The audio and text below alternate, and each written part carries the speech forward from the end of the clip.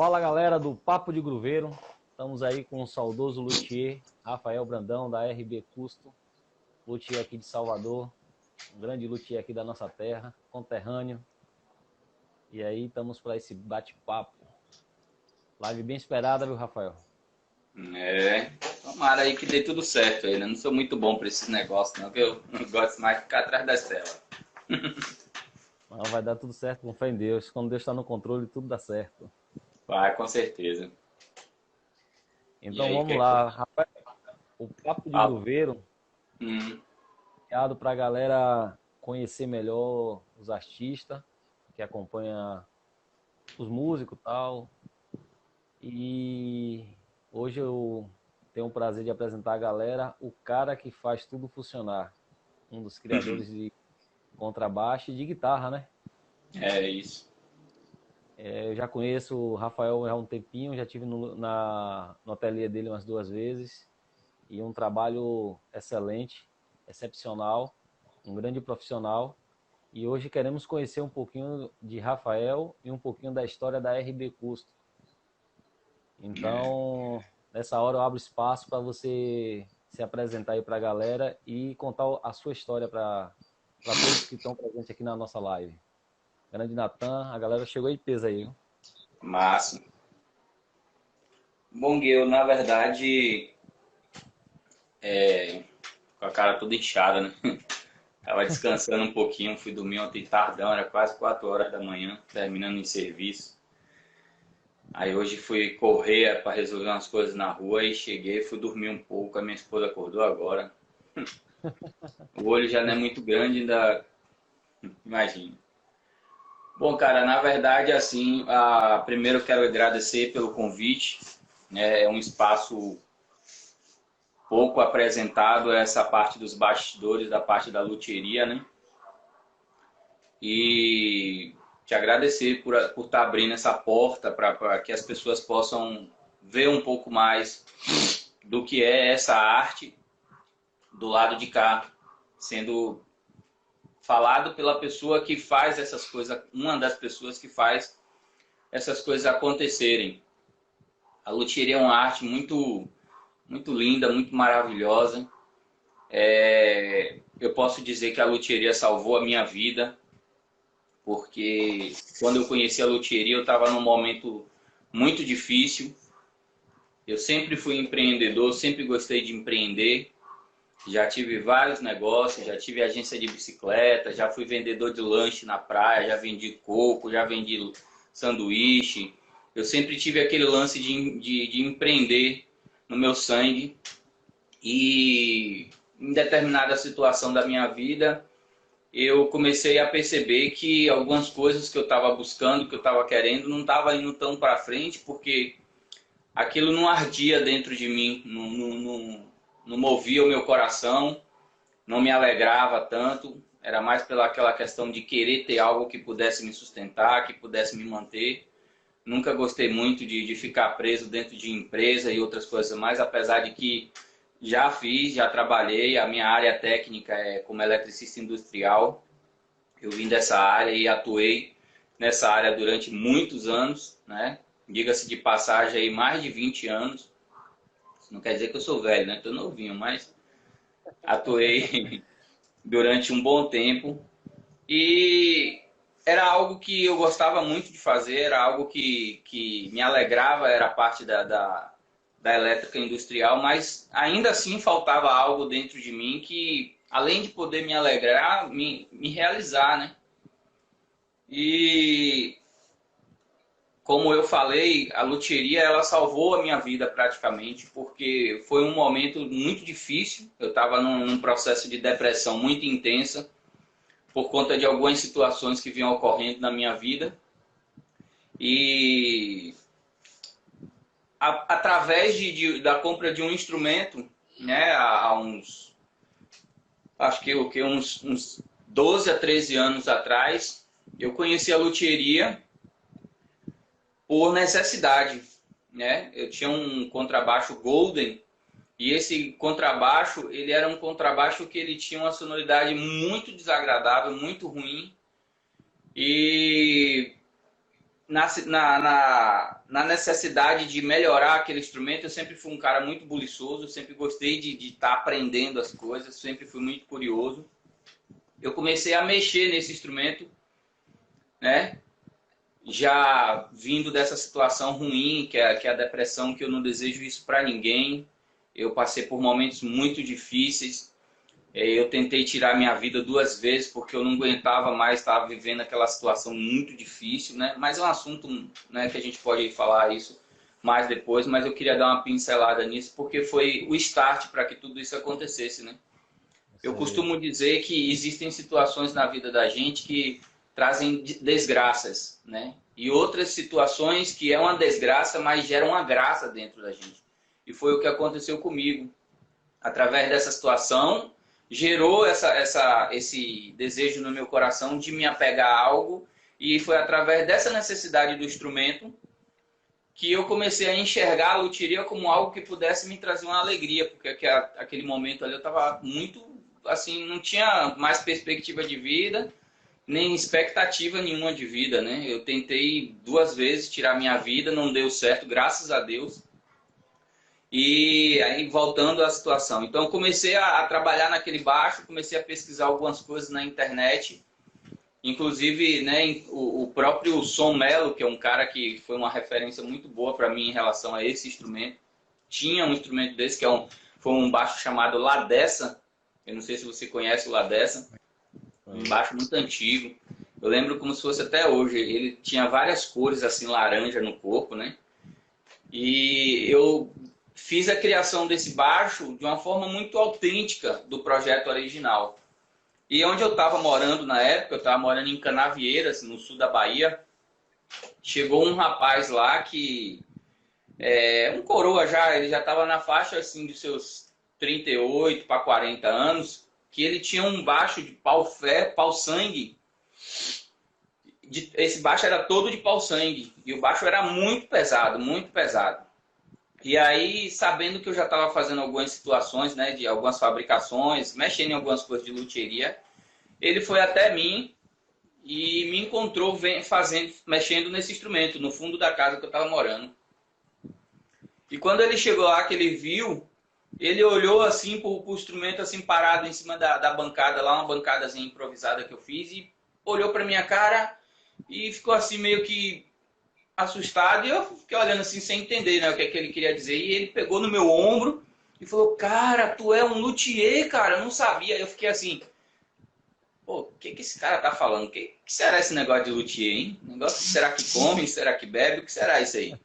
E aí a gente ficou num bate-papo ali mais aprofundado, e ele começou a falar, e ele começou a me despertar o que eu tinha feito, porque eu fiz inconsciente, eu fiz assim, pela necessidade. Ou seja, eu sempre fui um cara que nunca medi limites para poder fazer as coisas. Então, se eu boto uma coisa na cabeça para fazer, eu vou e faço. Eu não penso nos limites, eu penso na realização.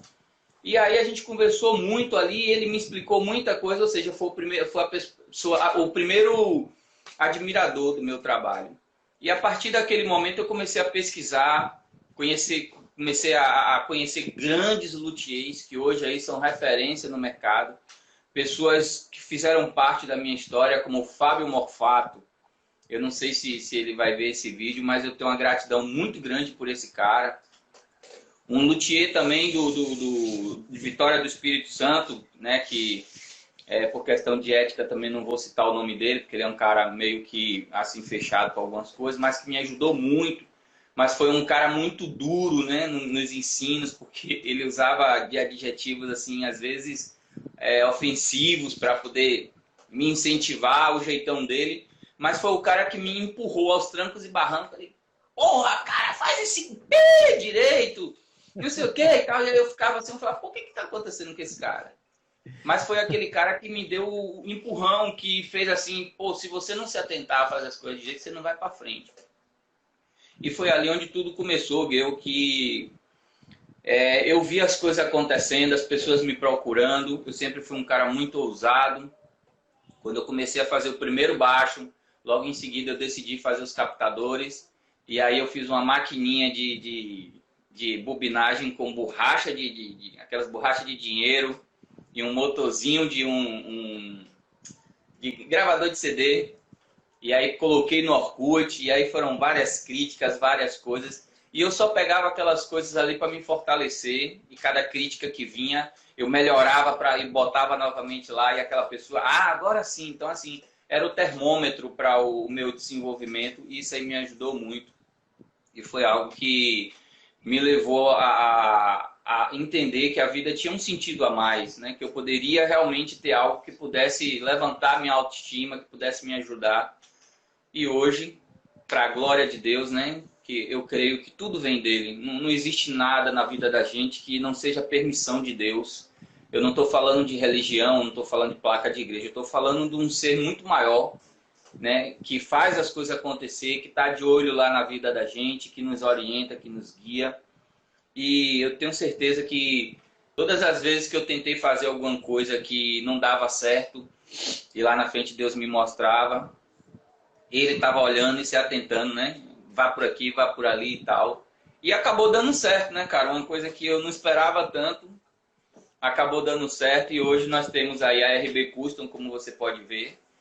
Engraçado disso tudo também é que quando eu comecei a fazer, um mês depois, Deus me mostrou em sonho essa logomarca aqui. O nome, eu já tinha tudo já. Eu deitei um dia sonhando tanto que eu não conseguia dormir, eu sou um cara muito ansioso. E aí sonhei com essa marca aí, que era... Eu via o nome, eu falava, eu tenho que ter um nome, eu tenho que ter alguma coisa que represente.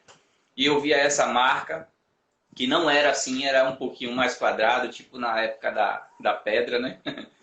Mas aí depois veio o irmão do Arthurzinho Aguiar, Nelson Aguiar, que modernizou a marca e hoje está aí, linda, maravilhosa. Eu paro às vezes e olho assim, poxa... Será que é verdade tudo isso que aconteceu mesmo? Será que eu sou realmente esse artista que as pessoas falam?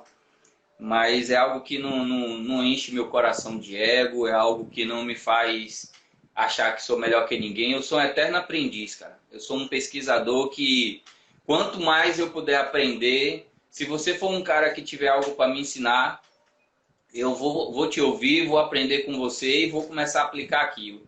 Se valer a pena, realmente eu dou continuidade. Se não valer, eu boto no saquinho vazio, furado, né? E vai embora. E sempre buscando. E é isso. E a RB Custom foi crescendo aos pouquinhos, né? Arthurzinho foi um cara que acreditou no meu trabalho no início. Foi um cara que vestiu... Queria até dar um boa noite. Arthurzinho tá na live. É mesmo? Mestre Bimba tá na live. Caramba, olha só. Um abraço aí pra Vanusa, Rai... Todo mundo que já está entrando aí na live. Então a gente temos aí na nossa live Mestre Bimba e o grande Arthurzinho Aguiar. Mestre Bimba, eu vou dar um cascudo nele depois, ele vai ver. Mas é um cara gente boa demais. Eu nunca vi um cara com a humildade assim que esse cara tem, velho, Mestre Bimba. Ele é formidável, velho. Quando eu conheci ele, o jeitão dele assim meio doidão assim, eu achava que ele era um cara assim mais reservado, mais fechado, mas ele é um cara muito humilde, muito gente boa, assim, muito amigo. Me deu uma força muito grande também. E eu queria só para continuar, eu queria aqui abrir uma aspa assim bem grande para esse cara que eu estava falando, para Arthurzinho, porque apesar de hoje nós não estarmos juntos mais, né, em relação a ele hoje faz parte de outra empresa. Mas foi o cara que acreditou em mim, né? Antes de alguém acreditar em mim, foi ele que acreditou. Até antes de eu mesmo acreditar em mim. Porque com o passar do tempo, eu tive que vir embora de lá de Canavieiras. E quando eu cheguei aqui em Salvador, uma pessoa também mais do que especial é a minha esposa, porque foi ela que apostou em mim. Foi ela que disse, se você acredita em você, eu acredito mais. Então, vamos seguir. E aí quando eu voltei, eu estava sem emprego, ela estava querendo parar de trabalhar também por conta de algumas dificuldades, de querer cuidar da família, enfim. E aí eu virei para ela e falei, olha, eu tenho um negócio hoje que pode manter a gente, é a luthieria, mas eu preciso me dedicar.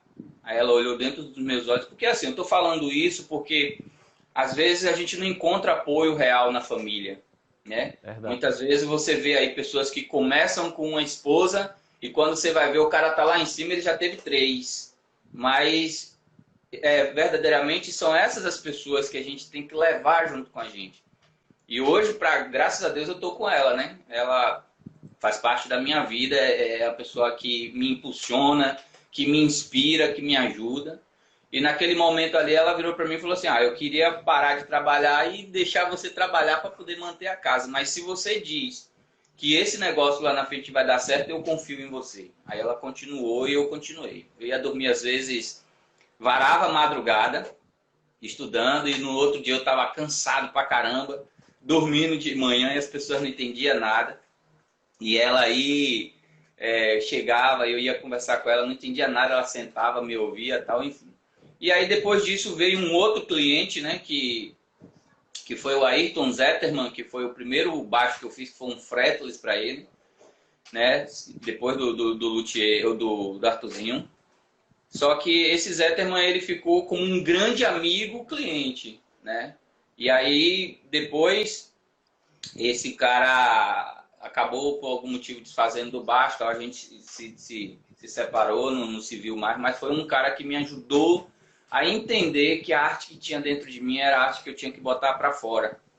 Era um cara que dizia: bah, mestre, tua música é tua música, cara. Não deixa que a tua música morra pela música das outras pessoas. E eu fiquei com aquilo na cabeça, assim, meio louco, né? E eu tinha muito aquela coisa de querer fazer como as pessoas faziam, os luthiers. Fulano faz assim, fulano faz assado e tal. Aí eu peguei essa frase dele e comecei a entender que eu precisava criar a minha identidade. Verdade. Né? E aí foi quando esse maluco doido aí do Arthurzinho acreditou no meu projeto, marcou, veio aqui. É uma história muito engraçada a minha dele, mas é ele aí, ó. Um beijão no seu coração, mestre. Tamo junto. Você faz parte dessa história e tenha certeza disso, viu? Mandar um abraço também para o grande Chimba. É o Chimba aí, grande Chimba. Eu não conheço não. Tá na área também. Um abração. E aí ele começou a acreditar no projeto e foram momentos muito difíceis, assim, porque ele chegava com as ideias e dizia para mim: mestre, o que é que você acha de você fazer assim?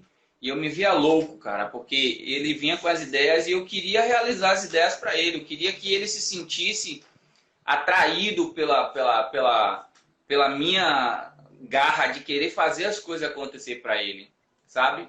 Mas diante de todas as dificuldades, ele nunca virou para mim para me criticar ou para dizer qualquer coisa. Sempre um cara que me deu... teve um momento que eu pensei em desistir e ele me deu uma lição de vida. Mestre, aconteceu isso comigo, não sei o que, e eu não desisti. Eu tô aqui até hoje, tal e tal, tal.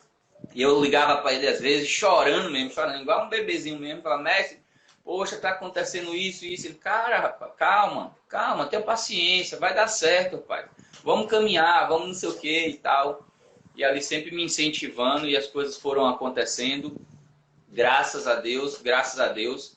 Ele é um cara que sabe, mora no meu coração, ele sabe disso. E fez parte da minha história. E eu me sinto muito honrado, assim, de ter tido essa pessoa louca como eu, que acreditou no meu trabalho, mas que fez tudo acontecer. E hoje nós estamos aqui, você já viu meu trabalho um pouquinho, já conhece. Ainda não tem um baixo meu, mas vai fazer, fé em Deus, né? Mas já temos aí algumas pessoas, o mestre Bimba, que aprovou, gostou muito do trabalho, sempre que pode me chama para ir lá regular os instrumentos dele, eu saio, largo, vou tudo, chego lá, converso com ele, também um cara que tem muita ideia. Outros caras também que me procuram para poder fazer outros trabalhos mais e eu só tenho a agradecer a Deus, véio. Agradecer por pessoas como você que se dispõe a estar abraçando a nossa causa e outras pessoas mais aí que têm nos incentivado. E é isso. E hoje a RB Custom está aí, estamos buscando cada dia mais crescer, avançar e melhorar, né, naquilo que nos compete a fazer, que é realizar os sonhos dos músicos, né? Verdade. E é isso aí. Arthurzinho, na live que eu fiz com ele mês passado, ele falou do seu trabalho, falou da sua marca. Ele é excepcional. Quem foi? Arthurzinho. Eu fiz uma live com ele tem uns 15 dias, 20 dias mais ou menos, e ele citou você, falou do seu trabalho. Vamos lá, você falou como tudo começou. Você lembra o primeiro contrabaixo que você fez? Lembro, sim. Você lembra Qual foi a emoção que você sentiu? Esse contrabaixo hoje está por onde? Cara, eu tentei resgatar esse contrabaixo. Esse contrabaixo, na verdade, ele está em Canavieiras. Foi um baixo 4 cordas que eu fiz para um cara chamado Neguinho, não, Zetinho, um cara de Canavieiras. Ele é filho de um cara, não sei se ainda tem a loja, né, de colchões, mas era um cara loucão, assim, mais do que eu, que conheceu o meu trabalho. E aí teve lá em casa e falou, cara, eu quero fazer um contrabaixo, tá? Não sei o que, quanto é que você cobra. E eu comecei a fazer o baixo dele. E engraçado que eu já fiz os primeiros captadores pro baixo dele. Mas se eu for te contar a história, você vai ir até acabar. Mas não consegui pegar esse contrabaixo, não. Foi um 4 cordas que eu fiz o modelo Ladessa também. Uma cópia do Ladessa para ele. Vamos lá. Qual a importância da escolha da madeira para o contrabaixo? Eu acho que você já teve um processo de pesquisa e hoje você já deve ter chegado a um consenso, a uma escolha. Eu queria que você falasse um pouco sobre a madeira para a construção de baixo ou de braço, escala e corpo. Quais as diferenças e Olha, Gil, requisito de madeira. Em tempo dela estar envelhecida, né? Algo desse tipo, envelhecida. Qual a importância? Quem tiver na live aí, quiser fazer as perguntas para Rafael, pode deixar as perguntas que eu vou estar lendo para ele. Eu queria que você falasse, primeiro a gente falar sobre madeira. Vamos falar sobre esse tema. Você usa madeira brasileira? São madeiras importadas? Explica um pouco para a gente quais são as melhores. Olha, eu não me sinto à vontade em dizer a você que existe madeira X e madeira Y como nomeada a melhor. Eu creio que não existe, eu vejo assim, não existe regra para você criar um projeto de um instrumento padrão. Não existe. Eu sou um cara que eu sempre gostei de quebrar esses paradigmas que são criados pelos fabricantes. Os vendedores, né? Aqueles que enchem seu ouvido com títulos, né?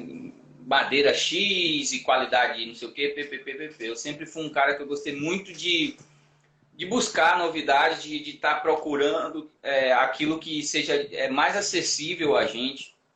E eu creio que é isso aí que tem facilitado um pouco a minha vida.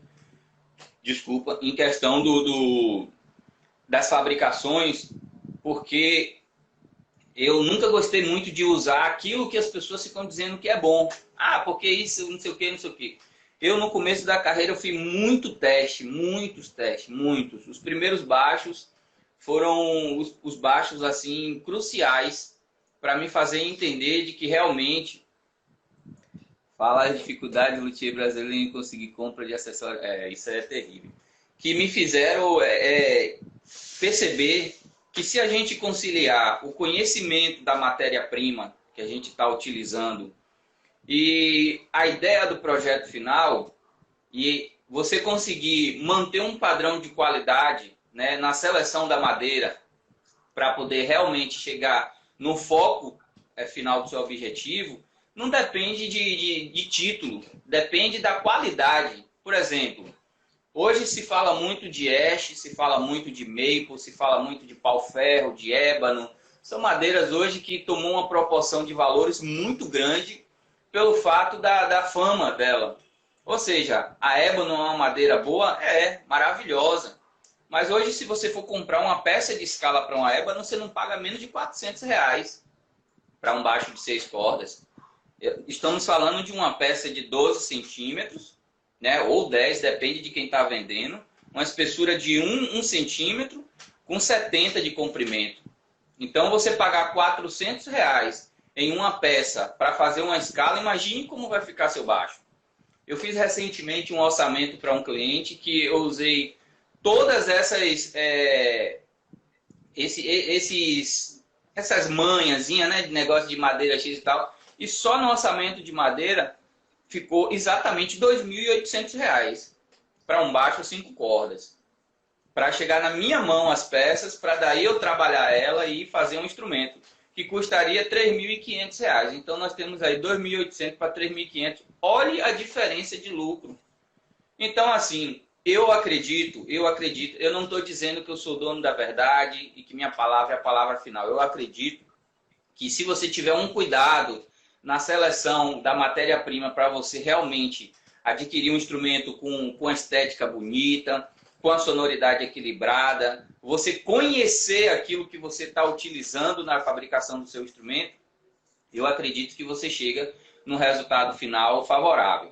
Então, falam-se muito de que Ash é a melhor madeira, de que Maple que não sei o quê, que não sei o quê. Eu não acredito nessas coisas, cara. Eu sou desprendido totalmente desses textos, né, que eles criam aí mirabolados aí de estrutura de instrumento, mas em compensação é o que veio de lá de fora, que foi implantado na nossa cabeça, né? Se você for procurar hoje aí, tem jazz bass com corpo de Frejó, jazz bass com corpo de cedro rosa e outras coisas mais aí. Já peguei guitarra aqui com corpo de compensado naval e ninguém dizia que era compensado naval. Você entendeu? Então, eu acredito que o cuidado principal em todo esse contexto que eu estava falando é o cuidado na seleção, é você realmente saber como é que está o tipo de corte da madeira, porque isso sim influencia muito, né? A espessura que você vai trabalhar ela, se ela suporta ficar numa finura, enfim, detalhes técnicos. E você tiver esse conhecimento, a partir daquele momento você puder agregar valores na sua fabricação, isso vai dar um resultado maior do que você procurar, né, madeiras com títulos aí que o povo fala, grandiosos, para poder fazer seu baixo, que vai acabar encarecendo o seu trabalho, né? Entendi. E é isso aí. Ítalo deixou uma pergunta aqui, ele quer saber, deixar o instrumento no suporte de parede danifica o instrumento? E sim, por quê? Eu acho que ele falou algo desse tipo. Isso, exatamente. Cara, deixar o instrumento em qualquer lugar que tenha variação climática é um problema. Independente de ele estar preso na parede, independente de ele estar num case, independente dele estar numa capa, num bag, num solid case, enfim, qualquer lugar que haja uma variação grotesca de clima vai gerar problemas para seu instrumento. Um exemplo, você mesmo vai concordar comigo. Você lembra naquela noite que você veio aqui, eu acho que era o baixista do Calypso, não foi? Diego Ramos. Que o baixo dele, o TRB, estava com as cordas coladas, que não sei o que ele disse que foi tentar ajustar e não conseguiu, enfim. Então, tipo assim, existem situações no instrumento que, dependendo da madeira, aquele, né, que a gente estava falando anteriormente, vai ter uma variação maior através do clima. Então, você está num lugar muito frio, automaticamente o ferro vai contrair o braço. Então, você vai ter uma variação ali na regulagem do seu instrumento. Mas não existe regra para isso, não. É você manter o instrumento num lugar que ele esteja confortável, bem aquecido, né, para não haver essa variação. E, no mais, aí, os cuidados são, né, manutenção, regulagem. Porque o que prejudica muito o instrumento, eu sou até suspeito para falar, mas é a realidade, é a falta de manutenção, cara. Você tem uma dor de cabeça, você não toma um remédio, você vai continuar com a dor de cabeça. Se você não cuidar do seu instrumento, como é que você vai querer ter ele para a vida toda? Então, vai chegar uma hora que ele vai reclamar. Eu acho também, para concluir a resposta, também alguns fatores contribuem.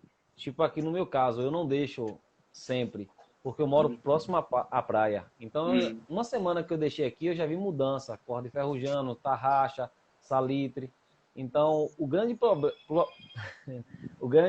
problema de ficar assim, eu acho que é a limpeza. Você vai ter que ter um cuidado maior com a limpeza. Sim. Isso aí, sem dúvida. É, verdade. Vamos lá. Arthurzinho fez uma pergunta aí, depois vê qual foi a pergunta que ele fez também. Tô procurando. Tem um cara aqui também que eu quero mandar um abraço para ele. Que ele entrou aqui nesse instante aqui. Armando Luthier, perto de você aí. O cara chegou aí, tá arrepiando aí. Trabalha muito bem também, viu? Armando Luthier. Ele é da onde? Ele tá em Lauro de Freitas. Aí depois vê com ele também pra fazer uma live, que ele também conhece muito, viu? É um cara bem simplesinho assim para falar, mas conhece muito. Arthurzinho Aguiar perguntou: Hum.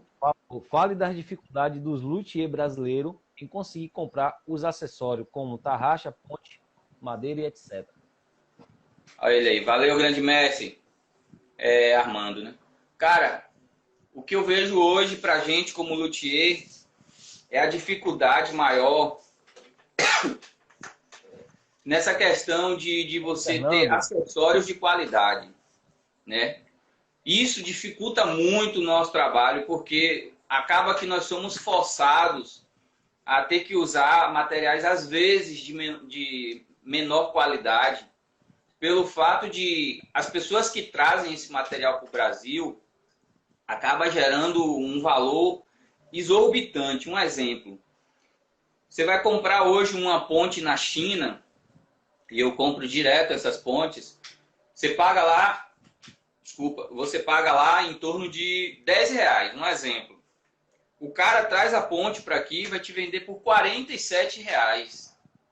São R$ 37 a mais. Você compraria quase 3 pontes. 4, né? Quase 4 pontes. Então você para e pensa. A pessoa que se disponibiliza a trazer os acessórios para cá, ela está querendo te ajudar ou querendo se ajudar? Ela está querendo se ajudar.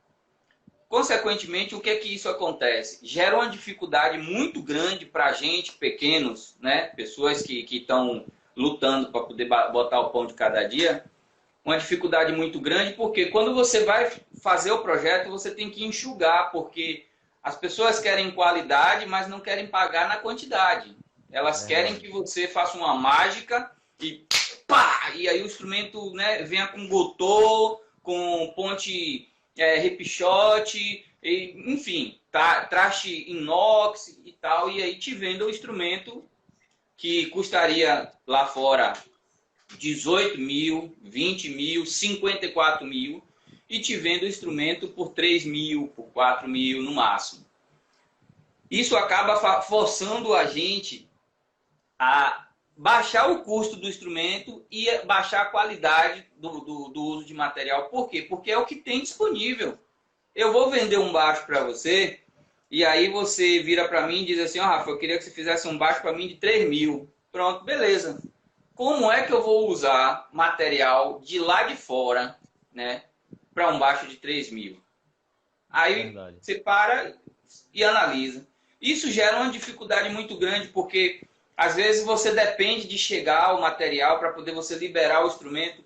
Uma coisa que eu não tenho vergonha de falar, eu vou falar isso aqui em rede ao vivo, eu tenho muita dificuldade de entregar instrumentos nas datas certas. Por quê? Porque acaba que às vezes a gente está esperando chegar material de captador, que eu fabrico os captadores, né, como você sabe, aí correio entra em greve, chega no meio do caminho, o material extravia. Final do ano retrasado, eu comprei 2 mil e poucos reais de material de captador, paguei Sedex para poder chegar aqui e eu liberar os materiais. Quando chegou aqui em Salvador, o carro vindo para cá foi roubado. Caraca. Levaram o material todo, né? E aí fiquei numa situação danada, depois o pessoal foi me repondo aos pouquinhos e tal. Enfim, o prejuízo que eu tomei foi muito grande em relação a isso tudo. Mas enfim, aí voltando, a dificuldade que hoje nós temos, hoje o luthier pequeno, não estou falando de luthier grande, Enes Aganin, outros luthiers aí que tá aí nas paradas de sucesso aí do nível top, os caras compram lá fora já e trazem quantidade para você comprar hoje na fábrica uma quantidade de ponte favorável, você paga aí no mínimo aí de frete 4 mil reais para você comprar 7, 8 mil reais de material. Então, isso gera uma dificuldade muito grande. Arthurzinho acompanhou muito isso aí comigo, entendeu que realmente tem horas que complica a vida da gente. Mas eu volto a dizer, isso tudo acontece porque nós mesmos provocamos, porque acabamos valorizando as coisas mais aqui no Brasil e as pessoas entendem isso e aí elas começam a enfiar a faca no bucho da gente e acaba trazendo essas dificuldades. Mas eu estou saindo dessa fase aí para outro nível aí, dessa parte de hardware e em breve vai ter novidade aí. Massa. Deixa eu ver se tem mais alguma pergunta aqui. Complicado, né, mestrão? Complicado. Deixa eu ver aqui. Pati, Braço ainda com tem madeira café? clara. Tem diferença entre timbre do que a escala do que com madeira escura? Eu esperava essa pergunta. Imagine que você tem um sonar, né? Sonar todo mundo sabe que é aquele aparelhinho que emite ondas, né? E você vai pegar esse sonar e você vai colocar ele com um vidro em cima dele. O que é que... Vamos supor, vamos mudar a teoria. Você vai colocar esse sonar dentro de uma cápsula de vidro. Arthurzinho tá falando aqui, amor. Cadê o café, Paty? Já foi pegar, mestre. Peraí. E aí você coloca um sonar ali dentro de uma cápsula de vidro fechada. Esse sonar ele vai emitir uma onda. Essa onda vai fazer o quê? Vai bater no vidro e vai ficar se dissipando dentro da câmara de vidro, certo? Isso. Agora imagine que você tem um sonar dentro de uma câmara de vidro que ela não tem tampa. O que é que isso vai acontecer? Ela vai emitir o som e vai propagar. Isso aí acontece com os instrumentos. Cadê? Isso aí acontece com os instrumentos com as escalas clara e a escala escura. É exatamente isso o diferencial. Qual é esse diferencial? A madeira clara, ela tem os veios dela, independente de qual seja a madeira. Aqui o café, mestre, ó, chegou. Ih, rapaz, essa xícara aqui não tá muito... Ela tem os veios próprios dela, independente dela ser clara ou escura, que vai propagar fácil ou não essas ondas. Só que o que vai mudar na sonoridade da escala clara ou escura é exatamente o verniz que ela vai receber sobre a face dela, que vai fazer com que essas frequências... a outra perguntando no cafezinho. Que vai fazer com que essas frequências propaguem em direção ao corpo, que é a parte maior do instrumento. Então, sabe quando você joga uma pedrinha na água que aquela onda vai... É exatamente o que vai acontecer. Então, essa madeira, esse braço, ao invés de das frequências dissiparem para cima dele, ela vai dissipar direto para o corpo. O que é que vai acontecer com isso? Ela vai valorizar as frequências mais altas, médio grave e médio agudo. Consecutivamente, essa madeira que é clara, ela pode ter um veio que propague melhor as ondas sonoras. Não por ela ser clara, mas porque já é da natureza dela. Você entendeu? Porque um exemplo, você pega uma madeira ébano e você faz um instrumento com a ébano. E você pega uma madeira de pau marfim, uma escala de pau marfim, uma escala de ébano, que a marfim recebeu o verniz, a ébano não. Se você botar o mesmo braço junto com a sonoridade, vai ser praticamente a mesma coisa. Por quê? Porque a ébano ela já é mais sólida, os veios dela é mais unidos, né? Então, existe essa grande pergunta aí, todo mundo faz essa pergunta, isso aí é normal, todo mundo faz essa pergunta. Mas, em compensação, eu estou lhe dizendo como eu vejo, eu não estou dizendo que eu sou o dono da razão, pelo amor de Deus, porque...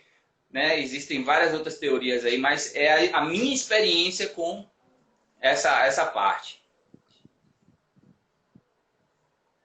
O que você acha da desvalorização na revenda dos instrumentos de luthier aqui no Brasil? Meu amigo, eu vou te falar uma coisa, deixa eu ver o nome dele. Carlos, vamos ficar no Carlos. Eu vou te falar uma coisa, Carlos, que vai tomar um outro sentido essa pergunta. Na verdade, a desvalorização já começa na fabricação do instrumento. Porque você pega um instrumento hoje, né, vamos falar aí de umas 100 vezes. Aí, ó, o mestre está reclamando aí, ó, vê o que ele está perguntando aí. Você pega um instrumento que hoje custa no mercado lá fora, um exemplo, um Jazz Bass, eu estava fazendo uma pesquisa esses dias, o Sadovski, e eu descobri que um baixo desse custa para chegar aqui no Brasil, na mão da gente, 18 mil reais, né? Um top de linha. Se eu fizer um baixo desse, eu consigo vender ele por 18 mil reais aqui no Brasil? Não. Você, não. Por que que eu não consigo vender ele aqui no Brasil? Porque ele é brasileiro. Só por isso. Só porque ele é brasileiro. Só porque nós estamos aqui no Brasil, onde as pessoas entenderam que o caminho certo é desvalorizar a loteria. Automaticamente, né? Essa pessoa que fabrica esse tipo de instrumento acaba não tendo tanta visão, não tem uma repercussão tão grande os instrumentos dele. Então a pessoa diz assim, mas você não tem muito nome, então seu instrumento não vale tanto. Mas lá fora, um baixo desse custa 18 mil e tem gente que às vezes vende uma perna, vende um rim, vende as orelhas, vende para poder comprar um baixo desse e compra, cara. Você entendeu? Então, a desvalorização não está na venda, está na aquisição do instrumento. No momento que você compra o instrumento, você já vai naquele intuito, uma coisa que acontece muito. Cara, tô querendo comprar um baixo e tal, e rapaz, procure luthier Brandão. Vá lá e diga a ele que você só tem X. Pessoas já me disseram isso, que outras já disseram isso para ela. Meu gerente preferido, Matheus, é o cara aí. Então, assim, as pessoas desvalorizam a fabricação do instrumento. Aí, consecutivamente, vai acontecer o quê? Aquela mentalidade distorcida que nós, seres humaninhos, né, temos. Pô, já saiu da loja, vale menos. Você entendeu? Já pensou se fosse assim com as mulheres, velho? Imagine aí. Não, a mulher já está com 18 anos, ela já não tem mais valor, não vou querer casar com ela. Então, assim, velho, é uma mentalidade nossa que distorce, né, o movimento da coisa. Então, eu respondendo a pergunta, aí, ó, o Matheus aí, esse cara é viagem. Só tem R$1.000, dá para fazer o quê? Um cascudo em você, seu amarelo. Então, assim, as pessoas acabam desvalorizando. Mas eu entendo e reconheço, em alguns pontos de vista, que os que estão lá fora estão recebendo uma valorização maior porque eles estão investindo mais nos instrumentos deles. Eles estão trabalhando o marketing deles mais. Ele tem uma equipe que faz essas coisas acontecerem. Então, à medida que eles vão se autovalorizando e eles vão entendendo que aquele instrumento foi feito para vender naquele valor e ele só vende naquele valor, as coisas acontecem mais. E é exatamente essas coisas que a gente tem que aprender a fazer aqui. Massa. Queria que você falasse um pouco a respeito do circuito e captação. Sendo que você é um cara que já entrega seu instrumento 100%, RB custa 100%. Você faz o circuito e a captação. Eu fiz uma pesquisa e vi que não são todos luthier que trabalham desse jeito. Alguns fazem o instrumento, mas já bota circuito tal, captação tal. Queria que você explicasse um pouco e falasse a respeito disso. Olha, houve uma necessidade muito grande de que nós profissionais da área, luthiers, trilhasse outros caminhos, né? Quais são esses caminhos? O começo da luthieria veio das grandes fábricas, aqueles caras que têm investidores, né, monstruosos, pessoas que investem 50 mil ou milhões, né, 30 milhões, não sei o que e tal, que são os que fortalecem as empresas. Essas empresas viu a necessidade de ter que ter a sua identidade e automaticamente criaram os seus projetos, né? Cada um com... Você vê que tem instrumentos aí que tem ponte própria, corda própria, tarraxa própria, circuito próprio, não sei o que, enfim. Nós entendemos, independente de ser pequeno ou grande, que a necessidade de ter a realização sonora completa envolvia outras questões, que seria a criação dos nossos circuitos e a criação dos nossos captadores. Eu sou um dos caras, diga-se de passagem, talvez até o primeiro cara, que teve a coragem, há mais de 7 a 8 anos atrás, de implantar aqui no Brasil os captadores Big Split, que é de uma empresa chamada Nordestran. Eu fui o cara que aceitei dentro de mim trabalhar com esse material, né? Depois vieram outros profissionais, sugerindo que foi eles que lançaram e tal, mas eu não brigo por essas coisas e nem me envolvo nessas picuinhas, porque eu acho que o resultado eu estou tendo. Então, eles podem dizer que eles são, que eles fazem, que ele acontece. E eu me identifiquei com a sonoridade do instrumento, inclusive com a aprovação até do próprio Arthurzinho, que na época me ajudou nesse desenvolvimento. E depois até o mestre Bimba também, né, viu aí a questão dos resultados, enfim. E outros músicos mais, já fiz instrumento para grandes músicos também aí de fora, né, que eu não gosto nem de falar o nome. Grande Marcos Brasil, abraço. Por conta de algumas versões aí que acabamos tendo, enfim, outros detalhes mais aí que depois a gente pode até abordar isso. Mas aí veio a necessidade da criação do circuito.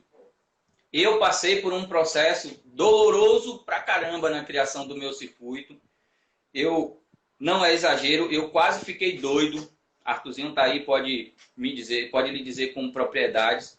Porque eu cheguei num estado de que eu queria realizar ter aquele determinado resultado e não estava conseguindo. Então eu não conseguia dormir.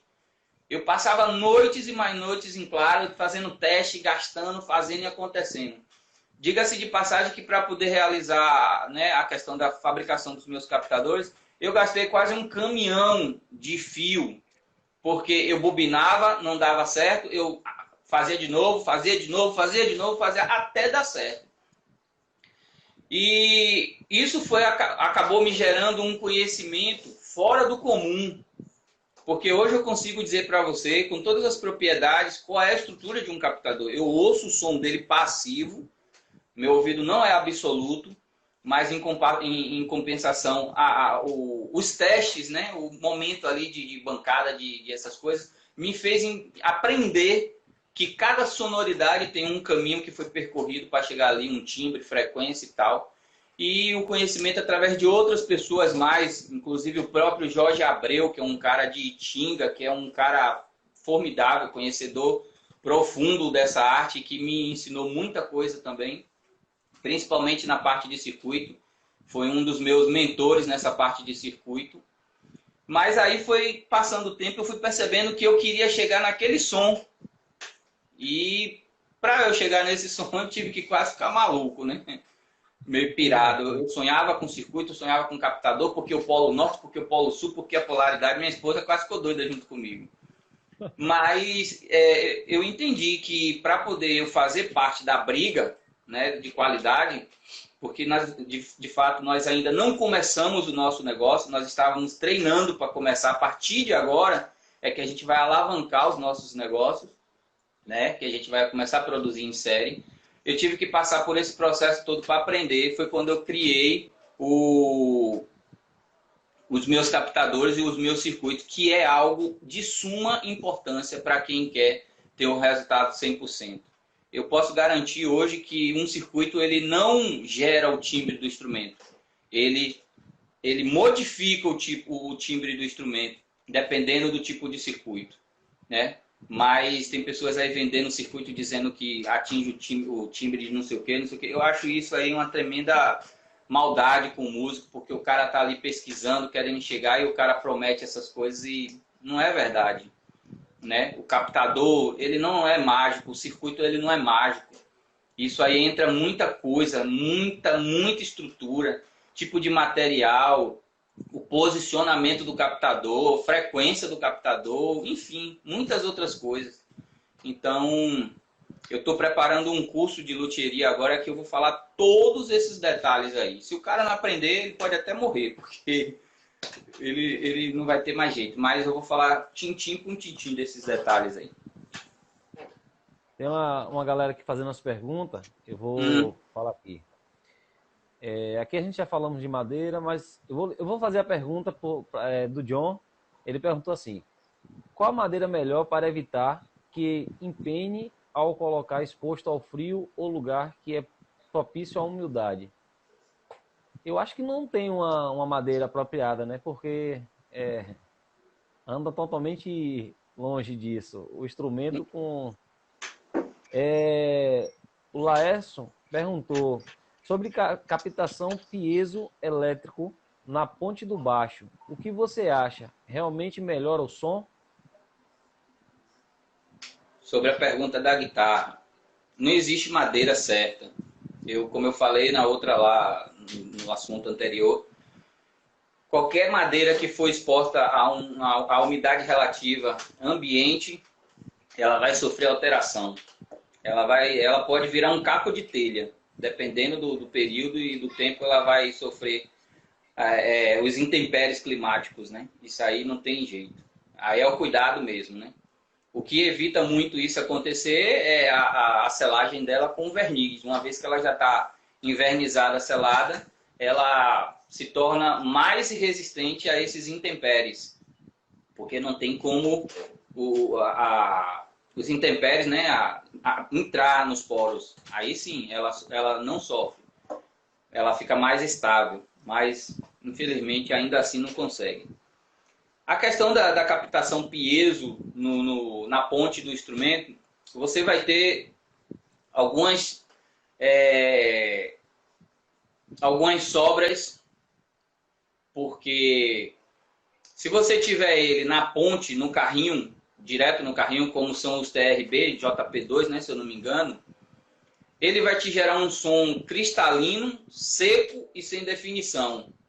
Mas ele vai ser aquele timbre que vai se juntar com o processo do circuito e vai refinar as frequências altas.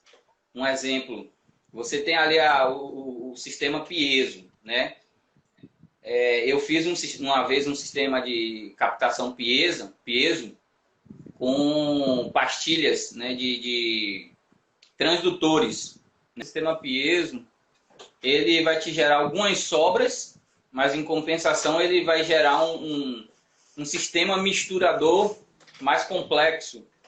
Você vai ter os timbres metálicos da corda, porque agora ele já não vai estar mais pegando por frequência, por ondas magnéticas, ele vai estar pegando por contato. Então, automaticamente, isso vai te gerar frequências mais limpas, mais cristalinas. Mas isso de forma que você não consegue usar ele sozinho. Ele tem que estar sempre conciliado a um circuito que vai fazer o controle de frequências para chegar no nível que você quer final. O sistema piezo, ele é um sistema muito exigente, né?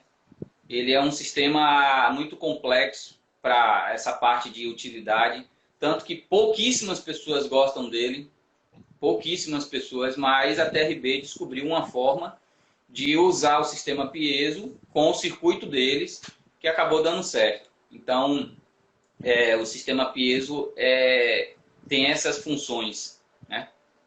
Massa. Hoje, no mercado, são quantos tipos de captadores que existe? Rapaz, Tipo, a gente temos os padrões, né? Que é o Jazz Bass, captação de Jazz Bass, preciso. Quais são os mais usados? Na verdade, acho que seria essa a pergunta. Olha, eu vou pegar um outro norte na resposta dessa sua pergunta. Vou responder a sua pergunta, mas em compensação por outros caminhos. Se fala muito de captação moderna hoje, né? O mercado está bem complexo em relação a estruturas de captadores e formas, né? Já se tem captador hoje aí com bobinas quíntuplas. Captador que tem 5 bobinas sobressalentes, uma a outra, que é de um fabricante de captador para guitarra, que tem aí no mercado. E isso não vai parar, isso vai cada dia se inovar. À medida que o conhecimento vem crescendo, à medida que você vai entendendo como funciona tudo, né, e isso vai dando certo, isso vai cada dia mais vai se inovando. Só que o que acontece? Existe um padrão, que é o padrão base de tudo que é formado no círculo que envolve o eixo como captador, single coil, que é a busca do silenciador, que é você ter aquele timbre original do single coil que foi gerado lá pela Fender 50 e tantos anos atrás, quase 60. E hoje se tornou uma busca constante ter esse timbre original de forma que traga qualidades sonoras. Você tem um instrumento que é um jazz bass, que tem um single coil tradicional, que ele tem bobina de braço, bobina de ponte, cada um com uma polaridade. Pode ser sul-norte ou norte-sul, ou o inverso. Esses captadores, eles foram criados de uma forma que geraram aquele tipo de frequência há trocentos anos atrás. Provavelmente não foi nada pensado, foi em busca de trazer alguma coisa que inovasse. Com o passar do tempo, isso foi se aprimorando, as pessoas foram entendendo que isso dava dinheiro, que poderia melhorar para poder vender e tal, e aí buscaram essa melhoria. Só que cada vez que você melhora essas bobinas, cada vez que você aprimora ela, você tem uma perda considerável. Hoje nós temos aí no mercado o single coil, o big split, né? Pronto, vou nem falar do big split agora. Single coil, que é o padrão, é o patriarca de todos. Os humbuckers, que são os captadores duplos, que são dois single coil, sendo que um cancela o outro. Que no Jazz Bass já existia o humbucker, só que separado. Eles conseguiram juntar um com o outro e fazer um captador só. Vem os stack coil, que são os captadores empilhados, que é o chamado noseless, né? Os split coil, que já são, em vez de ser empilhado, eles são dois humbuckers paralelos, né? Linear, que formam um single coil normal. Todos eles com cancelamento de polaridade. Só que o que é que acontece? Cada vez que você cria uma deformidade nas ondas magnéticas do captador, você perde frequência. É como se você criasse um pré para botar naquela bobina e que aquela bobina ela vai dizer só passa X grave, X médio e X agudo. O que é que vai acontecer? As frequências originais do instrumento do single coil vai se perder. E aí a busca agora já não é mais pelo aperfeiçoamento do cancelamento dos ruídos, mas pela originalidade dos timbres do single coil. Então, se gera outros captadores que vão se gerando. Através disso apareceu o intermediário do humbucker com os big split, split coil, que é exatamente o big split, que é um captador que as bobinas ficam cruzadas, né? Deixa eu pegar um aqui para eu mostrar a vocês. Espera aí. Fala, galera, quem quiser fazer suas perguntas, vai mandando aí, que assim que ele terminar de explicar aqui, eu já vou começar a fazer as perguntas para ele. Esse aqui é o Big Split, né? Esse aqui é uma estrutura de criação minha de todas as partes, bobina, tudo. E você pode ver, deixa eu achar uma forma aqui de vocês enxergarem, que ele tem os pinos cruzados. Até Hulk entrou na live aí, ó. Que ele tem os pinos cruzados. Pequeno aqui. Vai pra lá, vai. Deixa o menino aí, rapaz. Não estressa ele não, deixa o bichinho quietinho. Aí ele tem os pinos cruzados aqui, ó. Tá vendo? Para quê? Para que essa bobina ela seja um captador que tenha o timbre do split coil, mas ela também simule os humbuckers, que é o chamado minis humbuckers, que são esses big splitzinhos aqui. Aí a gente volta a buscar uma melhoria, né, na perda de qualidade e nas frequências originais do single coil. Ou seja, não para nunca, é infinito. Como diz o povo, infinito e além, né?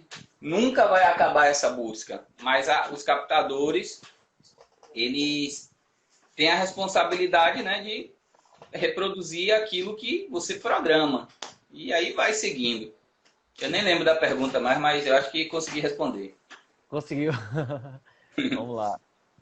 Eu falo demais. Se deixar, eu amo o que eu falo. Aí já viu, né? Tem muita diferença de captador áunico e cerâmico. Aunico ou cerâmico. Cara, são propostas totalmente diferentes, né? O aunico, ele é um captador muito mais problemático em todos os âmbitos, em todos os quesitos de fabricação. O aunico é um captador muito problemático. Ele pega ondas parasitas externas, o nível de ruído dele é maior. Os pinos precisam ser aterrados, porque se ele não for aterrado, quando você coloca o dedo em cima, ele dá um barulho. ele tem que haver uma frequência compatível com o cancelamento de cada bobina dentro de um instrumento. E aí a gente volta para o cerâmico. O cerâmico ele é muito mais maleável. O cerâmico ele tem a característica, em questão de timbres, ele é um componente que gera frequências mais fechadas, mais compactas. Ele não é aquele captador com timbres explosivos, né? Por exemplo, você pega um captador cerâmico, você quer tirar aquele estacato estralado dele, pom, pom, pom, pom, pom, pom. Ele não faz isso. Aí foi que os caras inventaram os captadores ativos, para provocar isso nos captadores, né? Mas os alnincos não, os alnincos já tem isso por natureza. Os cerâmicos, ele não tem a bobina próxima ao núcleo de magnetização. Ele é um ferro que recebe a magnetização pelo ímã. Então, tudo isso influencia no timbre, na frequência final do captador. Agora, eu não abro mão de usar os alnincos. Mesmo ele sendo problemático, mesmo sendo captadores mais complexos de trabalhar, os alnincos é feito de terra rara, ele tem um pino que tem 2 termos, né? Que a metade dele é uma polaridade, a outra é outra polaridade. Então você consegue ter uma diversidade de timbres maiores, né? E além do que é o timbre original do Jazz Bass, né? Então... Entendi. Agora vamos lá, vamos vender seu peixe agora. Vamos falar agora dos seus contrabaixos. Qual o diferencial que os contrabaixos RB Custom tem? Vamos lá. Vamos falar agora do seu. Vamos falar agora do seu peixe. Você tem algum modelo aí para mostrar para a galera? Tem algum contrabaixo aí? Eu não tive tempo essa semana de parar, porque assim, nós estamos em processo de transição aqui agora, né? Como eu te falei naquele dia. Nós estamos fazendo o processo, saindo do processo artesanal para o processo industrial, né? Adquirimos uma máquina através de um dos nossos parceiros investidores, que é Marquinhos Fontes, é amigo de longas datas, irmão, enfim, um cara que também voltou a me fazer sonhar novamente, porque essa máquina era um sonho de realização, um sonho de consumo, né? Diga-se de passagem que Arthurzinho ouviu isso aí não sei quantas mil vezes, que era um sonho ter essa máquina, não sei nem se ele está mais aí. Mas nós entramos nesse processo de transição. Eu fiquei meio que assim, perdido, pedi a você diversas vezes para poder você cancelar a live, mas depois eu ia lá e cancelava a mensagem, porque eu estava vendo que eu não ia conseguir preparar um instrumento a nível de apresentação para essa data. Mas nos feeds lá do meu Instagram tem vários. E entramos nesse processo de transição e eu não consegui ainda finalizar o padrão, né, que a gente vai adotar da agora em diante, por algumas dificuldades ainda de manuseio com a máquina e outras coisas mais. E acabou que eu fiquei devendo isso aí para vocês. Eu tenho algumas aqui, mas ainda são do processo antigo, mas eu vou até pegar. Grande Frank Negrão, ó o homem aí. Eu vou pegar para poder demonstrar aí. Agora, eu vou te ser sincero, é meio contundente, né? Isso que eu vou te falar, meio conflitante. Mas qual é a diferença dos instrumentos RB Custom traquear no mercado? Nenhum, cara. Nossos instrumentos são contrabaixos, que vai reproduzir o mesmo som que qualquer um outro instrumento reproduz.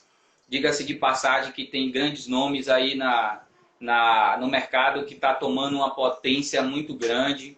Eu não tenho inveja deles, eu me orgulho muito de saber que são daqui do nosso país, pessoas que conseguiram chegar onde eles queriam, e agora a minha parte é lutar para chegar onde eles estão chegando, né? E quem sabe Deus mais para frente, né? A gente alcançar novos altos voos aí. Mas o grande diferencial que hoje eu posso descrever em relação aos nossos instrumentos, primeiro é a fabricação dos nossos captadores. Os meus captadores RB Custom, ele não tem uma estrutura de fabricação padrão, né, de mercado. Eu não precisei usar manuais mirabolantes, guias de fabricação, não precisei visitar grandes fábricas, não precisei fazer nada. Eu precisei ser um louco que se enclausurou dentro de um quarto e estudou incansavelmente para poder criar a minha identidade sonora nos meus captadores. Se estende a parte de circuito também. Eu queria ter um circuito que ele proporcionasse ao músico uma versatilidade maior nas execuções, na tocabilidade, na seleção de timbres, enfim.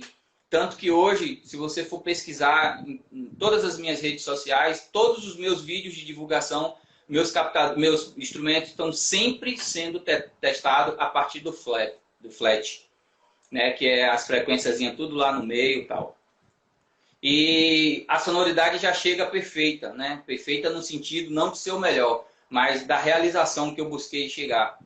Então, assim, os meus instrumentos são fabricados a partir de agora, a partir de 2 meses para cá, de uma forma industrializada. Hoje nós vamos produzir os nossos instrumentos através de uma CNC, que vai trazer uma gama de vantagens. Uma delas é a proposta de atingir o mínimo possível para entregar os instrumentos, o tempo, que era uma das minhas maiores dificuldades, né? E outras é a questão do acabamento, né? Uma vez que eu posso fazer todos eles com o mesmo acabamento, ou perto, né? Infelizmente a gente não... A máquina também erra e outras coisas mais. Mas o grande diferencial hoje da RB Custom eu vejo nessa forma.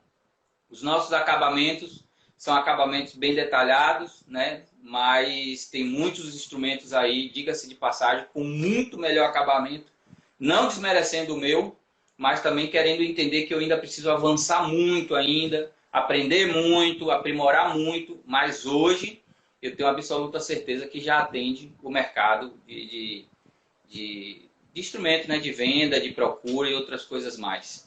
Mas o nosso diferencial hoje está focado nisso aí, captação, circuito e os modelos, né?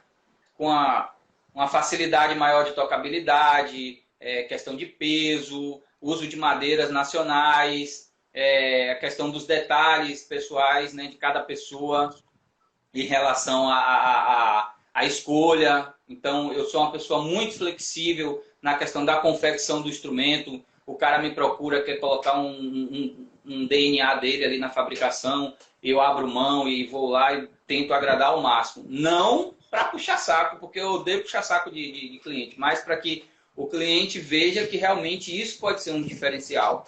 E é o que tem acontecido muitos anos aí, graças a Deus. Eu ia realmente fazer essa pergunta. Quando a gente procura um luthier, assim, não sei se todo mundo pensa igual, mas você quer ter realmente essa identidade sua no contrabaixo. E às vezes você vai procurar um luthier, ele já tem os modelos, os padrões, e não foge. A única coisa que você consegue escolher é a cor do instrumento e chegar lá e escolher um modelo. E aí você citou que você ainda deixa dar um toque.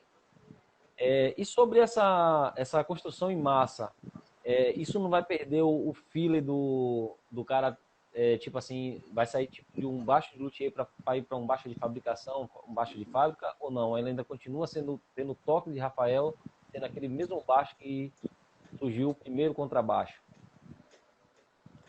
Deixa eu só abrir um parêntese aqui. Mestre Frank Negrão, obrigado. Agradeço pela indicação. Gil, existe um critério importante que, se todos os profissionais dessa área compreendessem, né, eu acho que tudo seria diferente. Mas existe um critério superior a esse, que os clientes também precisam se conscientizar, que é exatamente o limite, né? Que o grande diferencial hoje dos pequenos luthiers é que a gente se dispõe ainda a customizar o instrumento. Ou seja, eu posso te dar a liberdade de você customizar o seu instrumento? Posso, tem que ter, cara. Eu não posso fechar a mente e dizer a você que é desse jeito e acabou. Você está me procurando por um motivo. E esse motivo é trazer essa realização para você. Se eu não posso realizar para você se eu não posso trazer essa realização para você, para que eu vou estar aqui? Para poder me satisfazer? Para botar o seu dinheiro no meu bolso? Eu não vou estar fazendo com amor o que eu faço. para poder eu fazer com amor e para eu mostrar a você que isso que eu faço é com amor, você tem que ter a participação. Porque não vai ser eu que vou vestir o instrumento para tocar, mas é você. É você que vai botar ele todas as vezes ali no seu trabalho e vai olhar para ele. E se você olhar para ele e disser assim, aquele miserável não fez o que eu pedi. Olha a forma que você vai usar aquele instrumento. Mas se você botar o instrumento no seu peito, isso chegou a me arrepiar agora, cara. Se você botar o instrumento no seu peito e você olhar para o instrumento e for a menina dos seus olhos, meu amigo, tudo vai ser mais fácil para você. Não vai existir nada que venha como barreira para você. Então, só que tem pessoas, aí eu volto no conceito lá de que existem limites e que os clientes também precisam entender. Que tem coisas que ultrapassa a barreira de criação, já passa para um critério grotesco, exagerado, pessoas que querem fazer instrumento cortado ali, tirado pedaço ali, não sei o quê, para poder mostrar que é um instrumento custom, que tem o DNA dele, que é o instrumento, como é que se diz? Um instrumento personalizado. Isso já ultrapassa, né, o critério de fabricação própria de um luthier. Já está saindo de um padrão, né, porque existe um padrão. Um padrão de quê? No modelo, no design, na mão, no headstock, que hoje é a identidade do profissional, é o headstock, o modelo do corpo e outras coisas mais. E aí já fica aquela coisa assim grossa, bruta, né? Para quê? Para o cara dizer, esse instrumento foi eu que criei. É ridículo isso. Então, e também tem os outros clientes que exageram, pô. Você dá a liberdade de você abre a porta para poder ele opinar, ele não para com aquele momento de opinar. Você está fabricando um instrumento e ele pede para mudar. Você está fabricando, ele pede para mudar. Você está fabricando e pede para mudar. E depois o ruim sai você, porque você, no final, vai ter uma coisa que você não vai poder fazer e ele quer, e aí? Entendeu? Então, assim, hoje, a minha conduta profissional na fabricação, existe um padrão, mas vai ter o DNA brandão, ou até rimou, pode ser um jargão, né? Existe um padrão, mas tem o DNA brandão.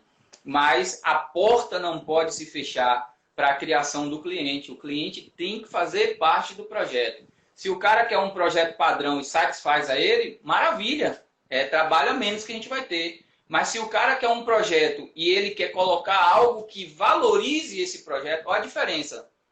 Está agregando valores ao projeto. Por isso que eu digo a você, eu sou um eterno aprendiz. Eu nunca vou deixar de ouvir os clientes, porque faz parte do meu trabalho.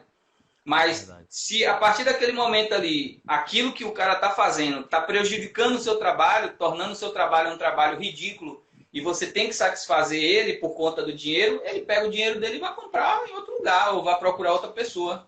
Você entendeu? Então, mas, respondendo sua pergunta, vai sim, vai ter o critério padrão, né? A partir daquele padrão ali, a gente pode modificar ele, permanecendo o instrumento custom, com limites, né? Limites de criação e outras coisas mais. Por quê? Porque agora eu não penso mais e a máquina corta. Não, agora eu penso, crio os códigos, crio o desenho, crio os códigos, a máquina corta. Então existe agora uma cadeia de processos para até chegar aquilo tudo ali.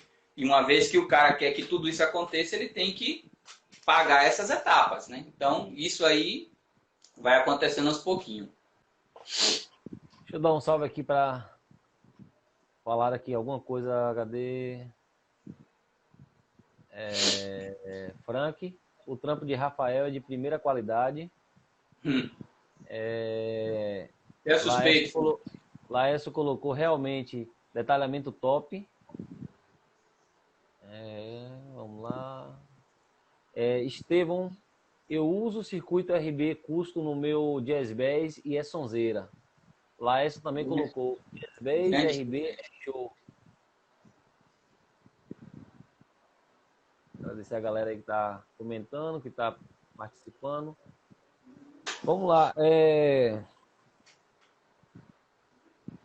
Quais os modelos hoje que a RB Custo disponibiliza? Olha, nós temos hoje o projeto dos exóticos, né? Que são... Já vi a foto. Como? Eu olhei as fotos, são lindos. São instrumentos que têm me realizado muito nessa questão de fabricação deles. Eu sou um cara muito exigente nessa parte de instrumento ser bem elíptico, né? Bem ter contornos, ter desenhos que destaquem, detalhes que destaquem, mas em compensação, alguns critérios, né, que hoje tem no mercado eu não adoto em relação à fabricação, mas hoje nós temos o JB moderno, né, que se tornou um instrumento hoje padrão no mercado, JB moderno, 5, 6 e 7 cordas. Nós temos o JB Standard, que é os padrões, que é esses fendão aí, como está aí atrás aí, de 4, 5 e 6 cordas, né, até 7 cordas eu já fiz. Temos os exóticos, que são os instrumentos mais vendidos hoje, né,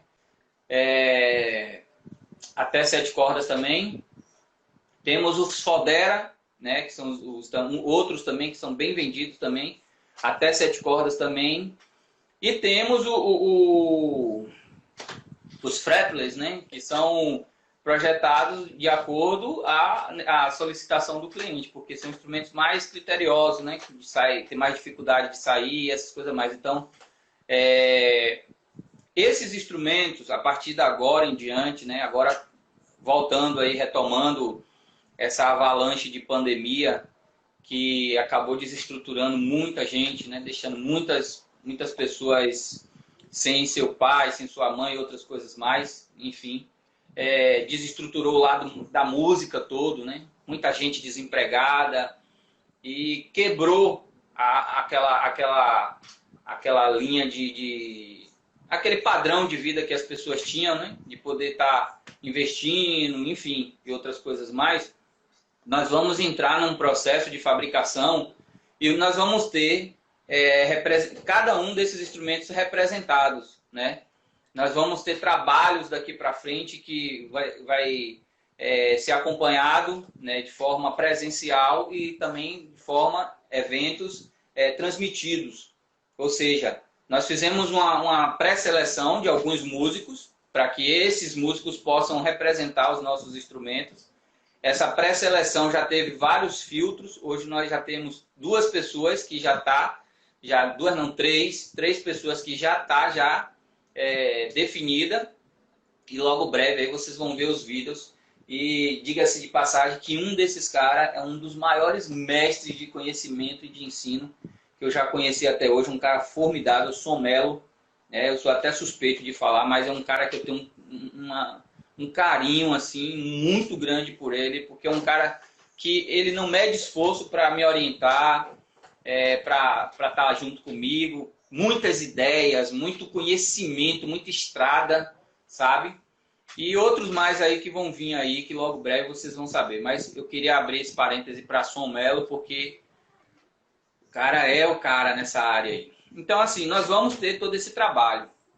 Mas hoje o cenário está crítico, né? Está bem crítico e tá difícil a gente segurar a onda aí no mercado, mas vamos crer que vai melhorar e fé em Deus aí tudo vai mudar. Então nós temos esses modelos aí. Inclusive tá lá no meu feed lá os modelos. No Instagram. Você quer falar algo a respeito do curso que você citou aí que você vai começar a fazer? Bom, eu vou dar só uma pincelada. Diga. Você quer falar algo do curso ou é só para a época mesmo, uma coisa mais reservada? Não, posso falar. Eu tenho acompanhado, inclusive eu já cheguei até a comprar um curso de um dos caras aí, que eu achei muito interessante o curso. Não é por orgulho que eu vou falar isso, mas não para aprender, mas para poder entender, porque é um mercado que eu não estou muito bem habituado, que é o mercado de marketing, né, digital.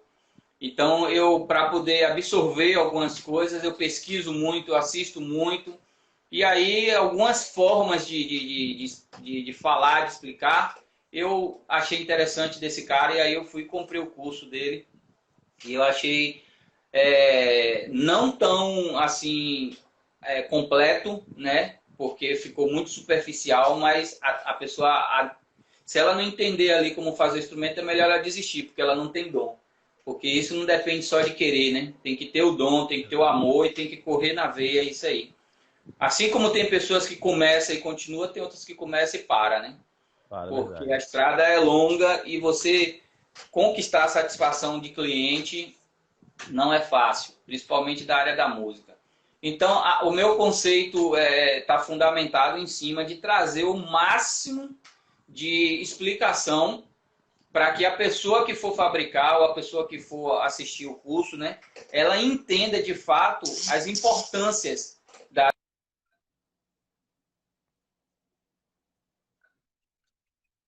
Ela entenda de fato... Pati! Fala Jacó, fala Alex, Roque, Cleane, Gustavo, Lázaro. Eu acho que está dentro da gaveta ou está em cima do armário. Elas entendem. A live, olha, que maravilha. Oi? Sim, Rafael, pode continuar. Eu tô com medo de descarregar aqui. Aí elas entendam de fato como proceder para poder ter a realização na construção do instrumento. Então, o curso vai abordar toda essa parte, né? Valeu. Toda essa parte de fabricação. Deixa eu só colocar a bateria aqui antes que descarregue. Certo.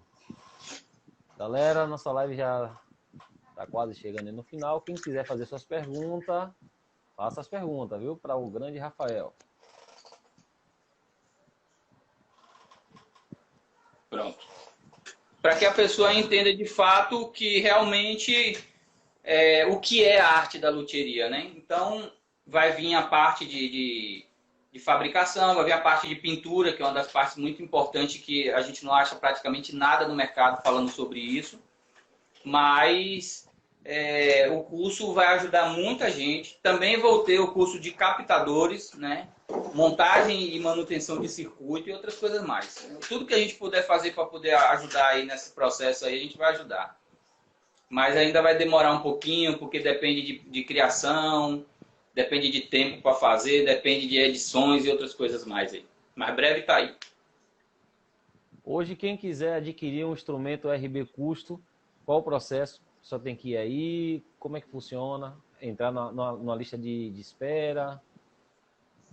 Olha, hoje o nosso processo de fabricação ele não está mais tão disponível, digamos assim, né? Quantidades grandes, né? Hoje nós estamos mais limitados a pegar alguns instrumentos, né, que seja viável em relação a custo de investimento e a fabricação do instrumento. Por quê? Porque volta lá aquela questão, a dificuldade de acessórios, de material, enfim, outras coisas mais. Mas hoje nós temos um período de fabricação mais longo. Antigamente nós passávamos aí o que 35 a 40 dias, hoje é de 60 a 90 dias para poder a gente entregar o instrumento, porque o processo de fabricação aprimorou, passamos a usar outros materiais que valorizassem mais essa questão da durabilidade do instrumento, e isso requer tempo e outras coisas mais. Mas nós temos uma quantidade máxima de fechamento durante esses 3 meses. Então, diga-se de passagem aí que um exemplo, né? Cada mês a gente fecha um instrumento. Então, digamos que a cada 90 dias, 3 instrumentos. Mas isso não é um padrão. A gente estipula uma média de mais ou menos uns 5 instrumentos nesse período, de forma que a gente possa atender. A forma de contato, eu sempre deixo lá na bio do meu Instagram, o meu WhatsApp, que é o grupo, né, que nós temos lá, para poder as pessoas acessarem. Ele entra, faz a pergunta, eu vou no privado e respondo. Nós temos os horários padrões para poder responder essas perguntas, né? Ter esse acesso, ter esse contato com o cliente. Mas ainda assim eu prefiro que, se possível for, a pessoa venha até aqui no ateliê, converse, tenha esse contato comigo, a gente tenha esse olho no olho, né, como diz os gaúchos, e a gente possa amadurecer o projeto e eu possa entender de fato o que ele está querendo. Mas, se não é essa possibilidade, o cara mora lá do outro lado do Brasil, ele pode sim fechar pelo nosso WhatsApp. A gente limpa todos os assuntos, ele recebe uma guia de fabricação com todos os detalhes do instrumento, com os nossos dados, com endereço, com nossas redes sociais, com tudo, para poder ele se sentir mais seguro, porque hoje se tornou uma forma também de fraudar muita gente, né? Então, nós procuramos, né, trabalhar o máximo de segurança possível, mas isso também acaba, também por outro lado, alguns prejudicando a gente, né? O fato de estar longe, às vezes o cara paga o instrumento todo e falta 300, 400 reais e o cara quer que mande o instrumento e nunca mais a gente vê esse dinheiro e tem esses probleminhas aí. Mas tem a rede social, né, que é o nosso Instagram, que eu também atendo pelo inbox, tem o WhatsApp e tem o nosso número também de telefone e tem aqui nosso endereço, né? Estamos aos pouquinhos melhorando aqui o espaço, o ambiente, para poder atender melhor. E aí, futuramente, com fé em Deus, aí a gente vai estar mais estruturado. Massa. Além da fabricação, qual o serviço que você disponibiliza aí no ateliê para a galera que Boa pergunta. Violão? Boa pergunta. Cara, eu priorizo regulagem, troca de trastes, pintura nós não estamos mais fazendo, porque é algo que acaba tomando muito tempo, né? E essa parte de pintura é algo muito complexo quando se trata de instrumentos que não são fabricação nossa. E então eu tirei essa parte de pintura. Então, praticamente hoje nós só estamos fazendo instalação de captadores e fabricação, né? Instalação de circuito, manutenção geral. O cara, quando compra um circuito nosso, eu já dou o instrumento a ele testado, reformado, polido, ou seja, o instrumento vem para um SPAR, né? Ele recebe uma turbinada do circuito e recebe uma manutenção geral. Então, eu desmonto o instrumento todo e faço uma manutenção dele geral, só pelo fato dele instalar o circuito. Então, já sai daqui já com o circuito pronto e o instrumento renovado. A parte de captação já é um pouquinho mais diferente, porque já é mais focado em instalar o captador e outras coisas mais. Mas, no entanto, acho que assim, o mais que a gente está fazendo hoje, meu violão, eu não trabalho mais com violão de jeito nenhum, porque o povo esquece os violões aqui, acumula. Se eu for mostrar que você tem uma fila de violão aqui que o povo traz larga. E é um instrumento barato, então acaba esquecendo. Então eu tirei violão do nosso currículo. A parte de guitarra, a gente não fabrica mais captadores para guitarra, mas a gente faz manutenção, troca de traste, polimento, regulagem, floor de rose, ponte de alavanca, ponte de pivô, ponte fixa, enfim. Então, regulagens, troca de traste, captador, circuito e manutenção geral. Esse serviço, Rafael, ele é agendado ou a pessoa vai diretamente no ateliê? Não, é agendado. Hoje eu não tenho mais como atender a um cara que acorda de manhã e diz, vou lá no ateliê de Rafael. Eu não tenho mais como atender. Por quê? Não é como é soberba, não. É porque existe um critério maior agora que precisa ser levado em conta. E é preciso que as pessoas entendam isso também, porque eu tenho que reeducar elas agora a entender que eu preciso do meu tempo dentro do ateliê. Por quê? Porque uma vez que eu tenho uma máquina que ela é automatizada, ela precisa de atenção. Eu preciso trocar fez, eu preciso trocar a peça, eu preciso botar um braço, eu preciso discriminar o que é que a máquina vai fazer. E isso precisa de atenção, muita atenção. Porque se eu tiver um instrumento que ele já está todo pronto ali, né, digamos assim, a parte de madeira, e aí eu vou botar para usinar ali a cava dos captadores, e eu fico batendo papo com o cara, a máquina perde o passo lá por uma sujeira ou qualquer coisa, eu perco o instrumento. Então, a máquina vai se mover, aí tem alguma coisa na frente, quebra a fresa. Então, já aconteceu muito isso comigo no começo, e eu adotei esse critério. Então, de 2 horas da tarde até 5 da tarde, o cliente tem a opção de 3 horas até 5 da tarde, o cliente tem a opção de ter o contato comigo pelo WhatsApp para a gente agendar o serviço. E naquele dia que eu vou agendar o serviço para ele, eu não faço mais nada, a não ser esperar ele chegar. Passou do horário, ele não chegou, eu vou dar continuidade ao meu trabalho e ele vai ter que remarcar. Porque ele vai vir, eu não vou ter como atender ele. Isso é meio que um tanto quanto bem, diga-se de passagem, grosseiro, mas tem que ser dessa forma, porque se não for dessa forma, o que é que acontece? A máquina, ela exige que você tenha, como é que fala a palavra? Disciplina. Se você tiver uma máquina dessa e não tiver disciplina, você não produz. Você vai ter uma Ferrari na mão e vai tratar ela como se fosse um Fusca. Entendeu? Então você tem que manter um padrão ali, tal dia, tal. Hoje eu só atendo cliente sábado, na verdade a partir de quinta-feira, quinta, sexta e sábado. São os dias que eu atendo os clientes. Esses outros dias aí, domingo, segunda, terça e quarta, eu tô pau viola lá na máquina trabalhando. Quero mandar um abraço aqui pro grande Geraldo Caleb. Entrando na nossa live aí.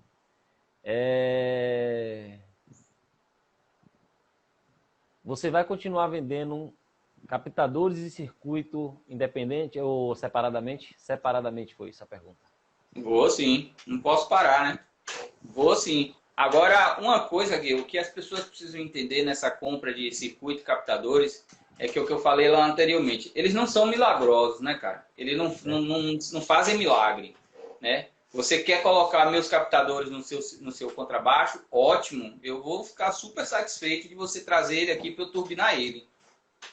Mas é preciso entender que você vai descobrir o som que seu instrumento vai ter quando a gente colocar os captadores. Ele não vai ter uma fórmula que você vai... um passe de mágica que você vai colocar e ele vai virar um Fender Marcus Miller, não. Não adianta você pensar isso. Verdade. Tá? Então... eu sou muito transparente nisso porque eu já vi muita gente comprando material na minha mão e depois indo para a rede social falar bobagem sem ter conhecimento de causa. Ou seja, o próprio cara que comprou achou que ia botar o material lá e pá, virou um fodera. Não vai existir isso. O circuito, a mesma coisa. Então... você vai trazer o material para mim, eu vou analisar o seu instrumento, vou criar os captadores, vou customizar ele, que também é customizado, para o seu baixo, mediante a posicionamento de captador, peso de instrumento, enfim. E com o circuito, eu vou programar, reajustar o circuito para poder chegar próximo do que você me pediu. Então, que fique bem claro isso aí, mas eu vou continuar fazendo sim, tenho que fazer, eu não posso parar nunca, né? Rafael, agora, se tiver algo que a gente não abordou na live, algo que você queira deixar para a galera, esse vídeo vai ficar registrado no nosso Instagram e vamos colocar também no YouTube. Então, se alguém futuramente depois estiver assistindo, algo que a gente não falou na live, mas que você queria frisar, queria deixar aí para a galera, pode ficar à vontade. Bom, o que eu quero dizer é o seguinte, eu falei no começo e eu reforço isso, é contraditório isso que eu vou falar, mas é a realidade, nós não podemos ser o dono da bola, né? Não vai existir o dono da bola, vai existir sempre pessoas que vão vir e talvez os melhores ainda vão vir, nós não somos os melhores, ainda vão vir os melhores, vão vir pessoas que vão entrar no mercado e vão arrebentar mais do que a gente. Vai vir pessoas que vai fazer captadores melhores do que a gente, vai vir pessoas que vai fazer instrumentos melhores do que os nossos, mas é preciso se entender que em cada processo de fabricação, empresa D, empresa Y, empresa J, quem quer que seja a empresa, elas não são as melhores do mercado. Elas se impõem como a melhor do mercado, mas elas não são. Então, quando você for analisar no aspecto de aquisição do instrumento, analise de uma forma completa. O que aquela empresa vai te agregar de valores com o instrumento que ela tem? Você está em busca de estética e ela tem estética, pronto, vá até ela. Não fique atirando para todos os lados e criando expectativas em pessoas que vivem disso. Ou seja, as pessoas te procuram, criam expectativas de aquisição com você, fazem programações para poder adquirir o instrumento e simplesmente somem, né? Então eu tenho uma estufa ali que, se for contar a quantidade de corpo que tem pronto ali de instrumentos que clientes mandaram fazer e nunca mais apareceu, vários. Então tenham esse cuidado, tenham essa sensibilidade, porque você está ferindo o coração de um profissional que muitas vezes é o único meio que ele tem para botar o pão de cada dia. Então, à medida que você procura o profissional e ele cria esperança na sua compra, ele começa a se programar mediante aquele contato com você. Mas aí você vem, cria expectativa, fecha com o cara, tal dia, às vezes o banco sai até do lugar, porque o cara sai para fazer o depósito e nunca o dinheiro entra na conta. É interessante. Mata a família toda, o pai de fulano morreu, não sei quem morreu, teve um acidente, não sei o que, enfim. Então tenham esse cuidado de, quando procurar o profissional, você ter a certeza de que você vai fazer o instrumento. Não fique atirando para todos os cantos. E aí entra aquela questão que eu acho muito ridículo num cliente e num músico. Comparações. Não vai existir ninguém que seja o dono do mercado. Vão existir excelentes profissionais, como os outros também, cada um na sua área. Mas se você tem um critério formado por tal profissional, não exponha isso para o outro profissional. Porque você entra no ambiente do cara para poder colocar o outro num status maior, você está inferiorizando o trabalho da pessoa. E isso fere a nossa alma, porque nossos instrumentos são fabricados com o nosso suor. Vem de dentro da gente a criação. Então, é como se nós tivéssemos uma gestação, né, daquele instrumento ali. Então, tenham esse cuidado também. E outra coisa, que é para poder a gente encerrar. Quando você for fazer um instrumento com um luthier, tenha na mente formado o valor que você vai gastar. Tá? Porque hoje eu estou muito fechado com essa questão de barganhar valores.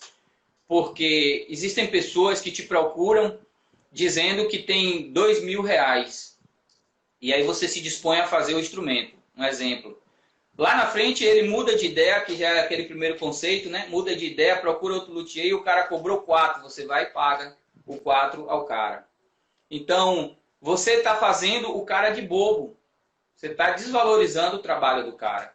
Então, se o cara cobrou aquele valor ali e está acessível a você, então, e você quer fazer o instrumento, cara, não engane a você mesmo, porque o barato sai caro. O barato sai caro. Né? E muita gente sabe disso. Então, é isso que eu tenho para dizer a vocês. Eu estou aqui sempre disposto a ajudar as pessoas. Eu não tenho problema em estar, como é que diz, buscando melhorar, aprendendo com outras pessoas, mas eu não vou baixar minha cabeça mais para ninguém que queira chegar aqui e ditar valores para os meus instrumentos, porque isso me prejudica. Isso traz uma tristeza muito grande na minha alma. E por conta disso eu cheguei a fechar o ateliê aqui quase 1 ano e meio, né? E isso ardia no meu coração, porque todas as vezes que eu passava na frente do ateliê, que é na frente da minha casa, eu sentia essa falta, né? Eu dormia, acordava sentindo essa falta, não consegui ficar longe e voltei.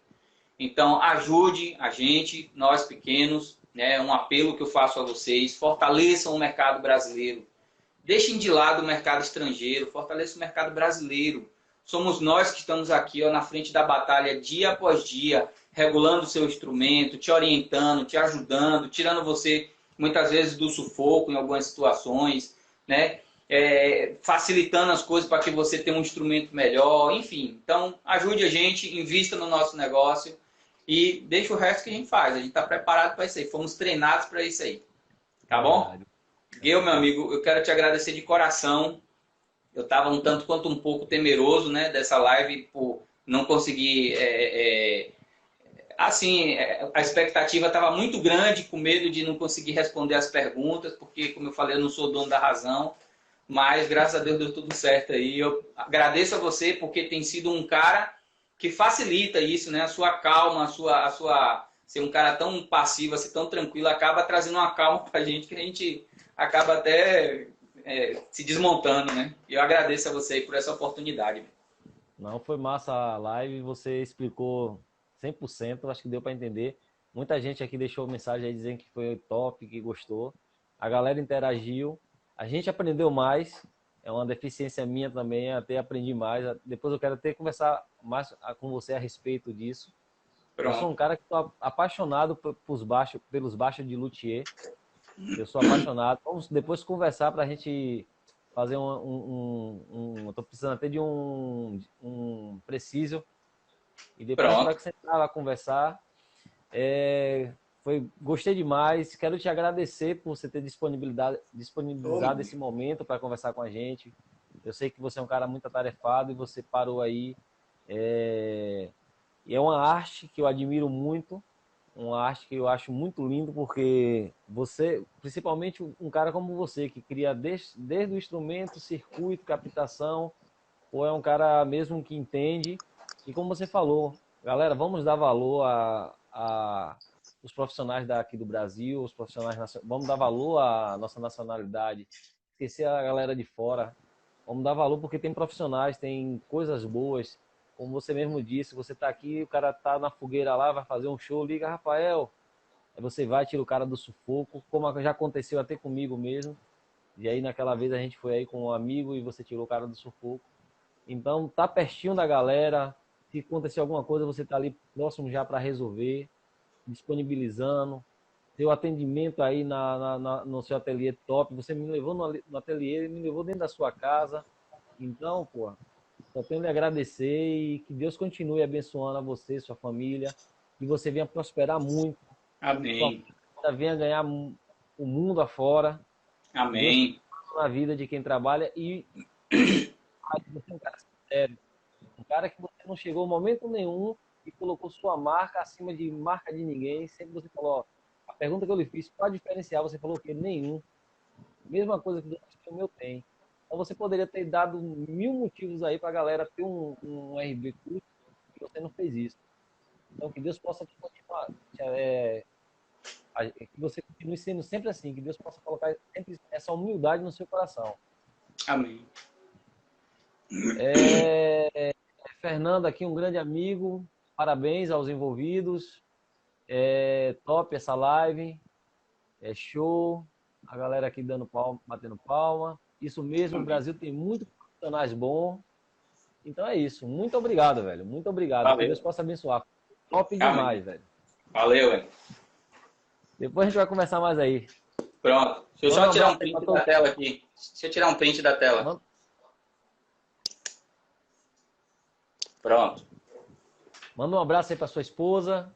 Manda um abraço sim. aí pra todo mundo. E logo, logo tô indo aí pra gente. Vou levar uns instrumentos aí pra regular e a gente bater um papo mais aí. Pronto. Venha mesmo, vou te aguardar. Valeu, Rafael. Valeu, gente. Obrigado. Tchau, tchau.